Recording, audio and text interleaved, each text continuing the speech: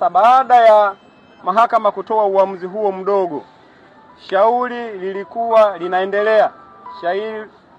Mahakama ilielekeza shauri hilo liendelee na shahidi aliendelea kutoa ushahidi wake. Lakini katikati ya ushahidi huo, shahidi huyo akaomba kutoa ripoti ya uchunguzi aliyokuwa amefanya. Kwa mara nyingine tena, Mheshimiwa Lissu akaweka pingamizi. Anapinga ripoti hiyo ya uchunguzi kupokelewa hapa mahakamani kama kielelezo, na sababu za pingamizi hilo ni kwamba shahidi huyo kwa sababu hana sifa za kisheria, sio cyber forensic expert, hawezi kuandaa ripoti au taarifa ya uchunguzi wakati yeye mwenyewe hana sifa za kiutaalamu. Kwa hiyo kwa sababu hiyo Mheshimiwa Lissu akaomba mahakama hii ikatae kupokea kielelezo hicho. Na mtakumbuka kwenye pingamizi la awali lililopita, moja ya maeneo ambayo yalikuwa yanafanywa ubishani ni kwamba shahidi yule hakuwa ameteuliwa na mkurugenzi wa makosa ya jinai hapa nchini na hakuwa ametangazwa kama mtaalamu wa cyber forensic expert.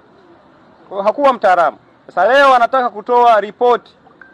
Mheshimiwa Lissu anasema kwenye pingamizi lake hawezi kutoa ripoti hiyo na anaomba isipokelewe kwa sababu anayeitoa sio mtaalamu.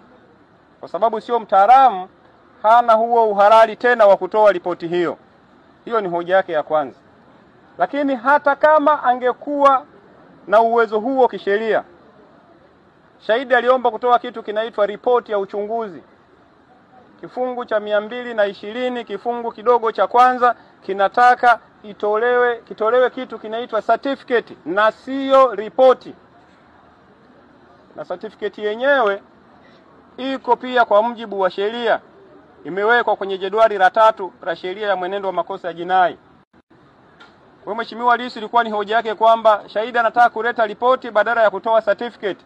Kwa hiyo kwa maoni yake anasema ripoti na certificate ni vitu viwili tofauti. Na wao upande wa jamhuri wanapaswa kufuata matakwa ya kisheria, na kilicholetwa hapa ndani hakiendani na matakwa ya sheria ilivyo.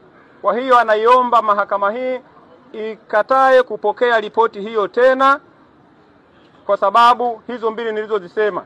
Sababu ya kwanza ni hiyo ya ambayo shahidi mwenyewe aliyeandaa hiyo ripoti sio mtu sahihi wa kuandaa hiyo ripoti.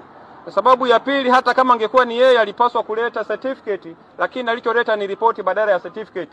Sasa jamhuri nao wametoa majibu yao, na mahakama imesema inakwenda kuandika pia uamuzi mdogo. Tutakutana kesho saa 3 asubuhi kwa ajili ya kusikiliza uamuzi huo mdogo wa mahakama hii, ikiwa ripoti hiyo itapokelewa au haitapokelewa.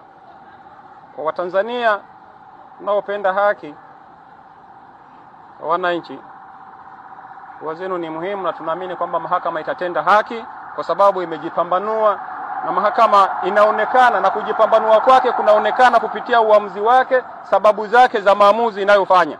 Kwa naomba tunapoondoka hapa rejea majumbani, lakini tukutane hapa kesho saa 3 kamili asubuhi kwa ajili ya kusikiliza uamuzi tena huo mdogo kufuatia hilo pingamizi la pili ambalo Mheshimiwa Lissu amewasilisha. Ni hayo tu yanayohusiana na shauri hili la Mheshimiwa Lissu.